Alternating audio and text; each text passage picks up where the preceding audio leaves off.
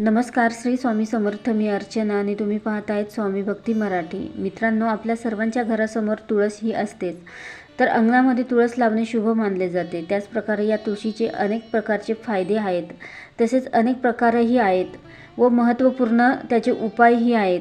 तर आपण आजच्या व्हिडिओमध्ये बघणार आहोत की तुळशीचे कोणते प्रकार आहेत, त्याचप्रकारे महत्त्वपूर्ण त्याचे उपाय काय आहेत. तर हे आपण या व्हिडिओमध्ये बघणार आहोत. तर संपूर्ण व्हिडिओ बघा आणि जे कोणी नवीन असेल या चॅनलवरती तर सबस्क्राईब करा. तर बघा, काहींकडे अनेक तुळशीची झाडे असतील तर त्यापैकी आपण एक झाड हे पूजेसाठी वापरतो.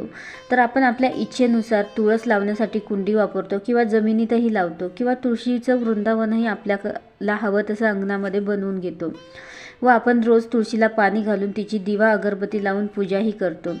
तर रोज संध्याकाळी तुपाचा दिवा लावला जातो व सकाळी पाणी घातलं जातं. तर तुळशीचे अनेक प्रकार आहेत. तर आपल्याला पूजेसाठी कोणती तुळस वापरावी व बाकी तुळशीचा उपयोग काय आहे.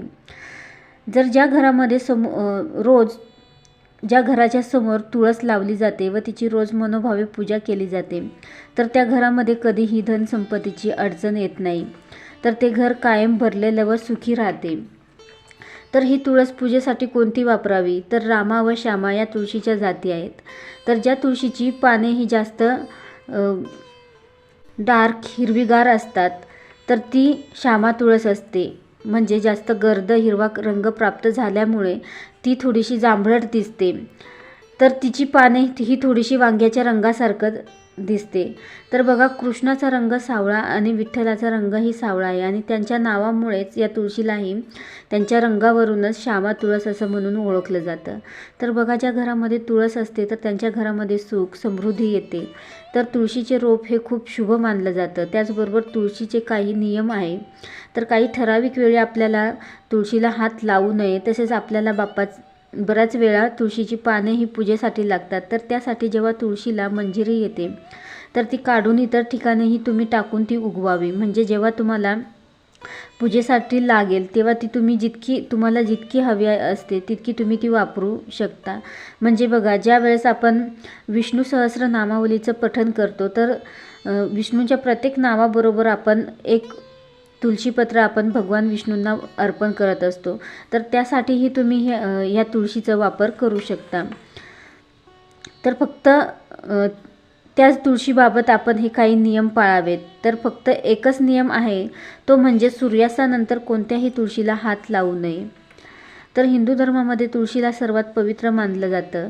तर घराच्या उत्तर दिशेला तुळशीचे रोप लावलेलं शुभ मानलं जातं. तर ती तुळस ही कोणती लावावी. तर बघा, घरामध्ये कोणतीही तुळस लावू शकता. म्हणजेच रामा किंवा श्यामा तुळस यापैकी कोणतीही तुम्ही तुळस लावू शकता. तसेच एकाच कुंडीमध्ये दोन्हीही तुळस लावल्या तरीही चालतील. तर तुळशीला विष्णुप्रिया किंवा हरिप्रिया असे म्हटलं जातं. तसेच रामा तुळस ही पूर्ण हिरवीगार असते व तिच्या कडेला लालसर कलर असतो.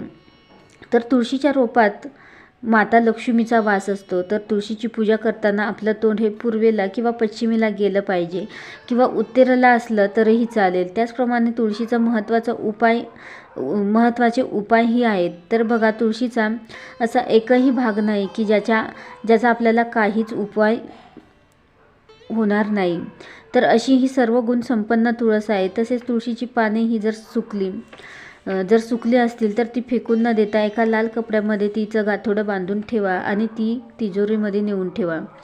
तसेच ज्यावेळी तुळशीचं झाड जास्त दिवस झाल्यानंतर तिची पानं सर्व गळून जातात व फक्त खोडच असतं तर ते अशा ठिकाणी ठेवा की जिथे तिला कोणी ओलांडणार नाही किंवा तिचं विसर्जनही तुम्ही करू शकता किंवा तिच्या छोट्या छोट्या काड्या काढून घ्या व घरामध्ये सकारात्मक वातावरण राहण्यासाठीही तुम्ही वापर करू शकता. म्हणजे कसं, तर ते बघा, या काड्या 4 ते 5 घेऊन त्याला थोडंसं कापूस गुंडाळून त्यावर थोडं तेल टाकून प्रज्वलित करू शकता.